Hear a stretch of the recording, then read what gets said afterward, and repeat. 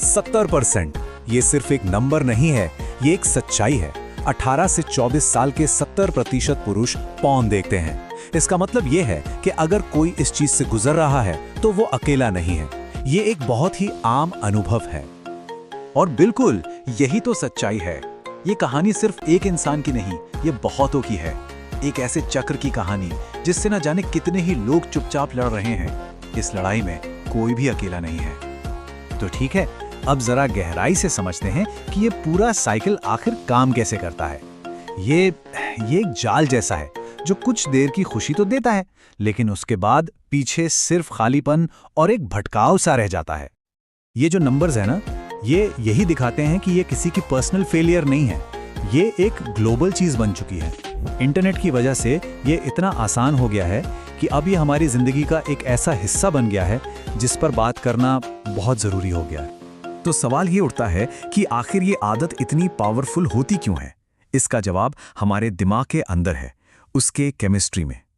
चलिए समझते हैं कि हमारा दिमाग इस जाल में फंसता कैसे है। तो मिलिए डोपामीन से।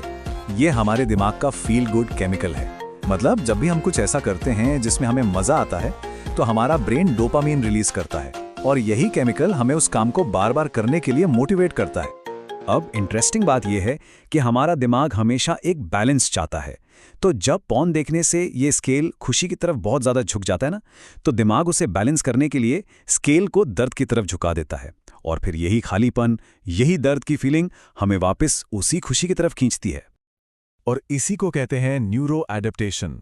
मतलब हमारा दिमाग उस हाई लेवल के स्टिम्युलेशन का आदी हो जाता है, और फिर टाइम के साथ उसी खुशी को महसूस करने के लिए दिमाग को और भी ज्यादा इंटेंस कंटेंट की जरूरत पड़ने लगती है।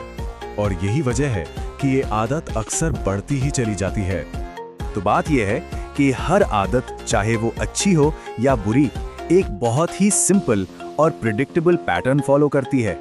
और अगर हम इस कोड को समझ जाएं तो हम इसे बदल भी सकते हैं। यह है 3 स्टेप हैबिट लूप।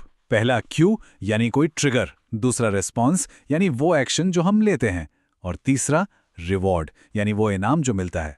जैसे क्यू हो सकता है अकेलापन, रिस्पॉन्स हो सकता है पॉर्न देखना, और रिवॉर्ड वही डोपामिन का रश। और ये साइकिल बार बार रिपीट होकर आदत को और भी पक्का कर देता है।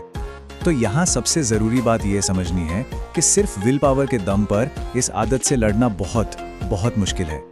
असली सॉल्यूशन रिस्पॉन्स को दबाने में नहीं, बल्कि उसे बदलने में है। तो चलिए अब आगे बढ़ते हैं और देखते हैं कि इसे एक प्रैक्टिकल स्ट्रैटेजी में कैसे बदला जा सकता है।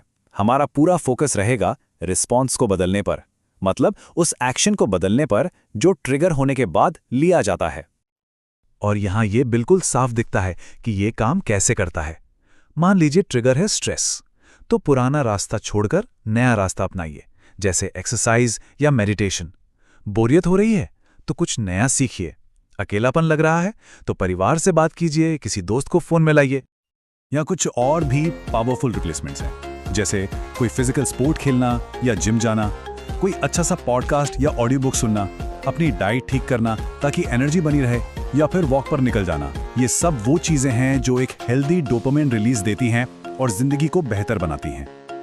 और ये सिर्फ रिएक्ट करने की बात नहीं है, ये प्रोएक्टिव होने के बारे में है।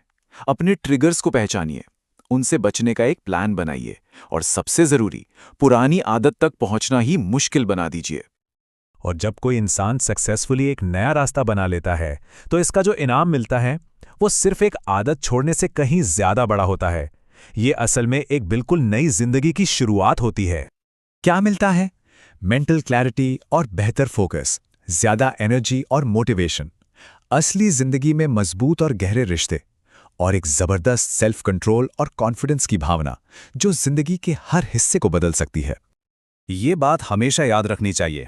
हमारा भविष्य हमारी पुरानी आदतों से तय नहीं होता, बल्कि उन नई आदतों से तय होता है जिन्हें हम आज बनाने का फैसला करते हैं। तो सवाल यह है कि इस कहानी का अगला चैप्टर क्या होगा? बदलाव की ताकत हम सबके अंदर है। आज हम क्या चुनते हैं, वही हमारी कल की कहानी लिखेगा।